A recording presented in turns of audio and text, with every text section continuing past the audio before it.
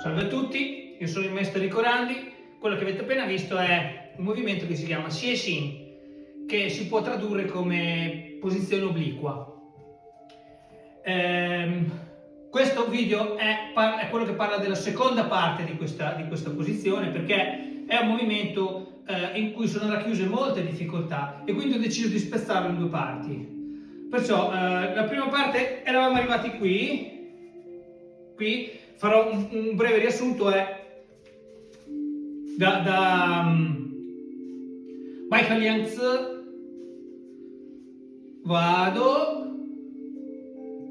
questo, la mano in posizione di presa, torno su, guardo in avanti, sposto le braccia dietro quando alzo il piede, passo, poi sposto, uso il Chanshijin anche qui, no? Dietro, poi giù, Jiankao.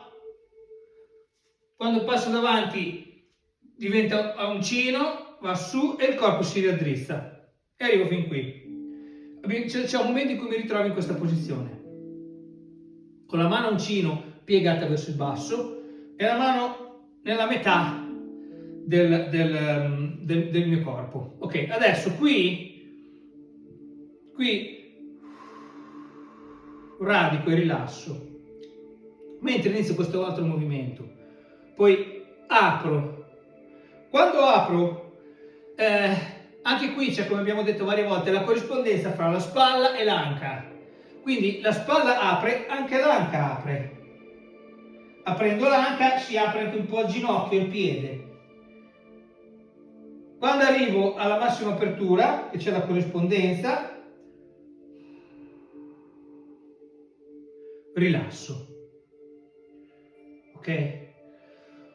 Quando faccio questo rilasso, una cosa che devo tenere presente quando faccio questo è che il ginocchio qui è comunque sempre nella direzione del piede, cioè non vado a chiudere, ma mantengo quest'anca rilassata e rimane esterno. Per avere questa posizione che c'è sempre in tutte le forme, in tutti i momenti, anche qui quando vado, questo qui rimane aperto, non sta in giù chiuso, bisogna rilassare le anche. Cioè, se io vedi, c'ho l'anca non rilassata, quello lì sta chiuso, per aprirlo non devo tirare in fuori, ma devo rilassare l'anca e automaticamente si apre mantenendo dritto il corpo e si apre anche l'altro. Quindi questa è una cosa molto importante in questo movimento, perché è facile che venga di chiudere in dentro il ginocchio. Questo è uno degli errori ricorrenti. Quindi qui,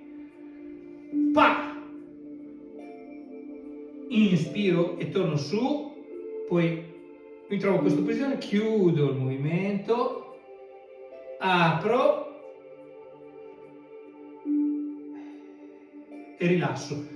Questo braccio qui dell'uncino non si muove, cioè io vado, una volta che è arrivato lì, chiudo e apro e chiudo e lui rimane lì. Questa spalla si apre e si chiude insieme a quest'anca e mi fa rimanere il braccio, non c'ho questo spostamento. Un'altra cosa di questo movimento è che Xie-Xin praticamente è come Danbian obliqua, Danbian di lato, cioè Danbian ce l'abbiamo qui, Xie-Xin ce l'abbiamo qui. Sono due posizioni praticamente molto simili, cioè qui e qui. Questo è Danbian, questo è Xie-Xin. Quindi quando ho finito Xie-Xin devo essere voltato in avanti nella direzione in cui sto andando, cioè nella direzione in cui ho fatto il passo. Io arrivo, faccio il passo in là, quando ho finito sono voltato nella direzione in cui ho fatto il passo, non così. Un'altra cosa, non stiamo troppo stretti e nemmeno troppo larghi.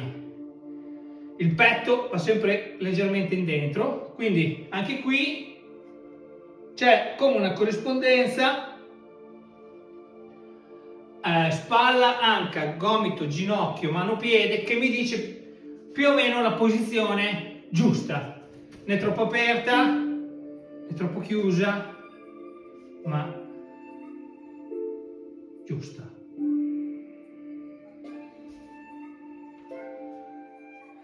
Grazie a tutti dell'ascolto, vi ricordo di cliccare mi piace e di iscrivervi al canale YouTube dell'associazione, l'Associazione Dao De Jing. E se volete maggiori informazioni su di me, sulla mia associazione e sui corsi che faccio a Imola, visitate il sito www.associazionedaodejing.it. Grazie.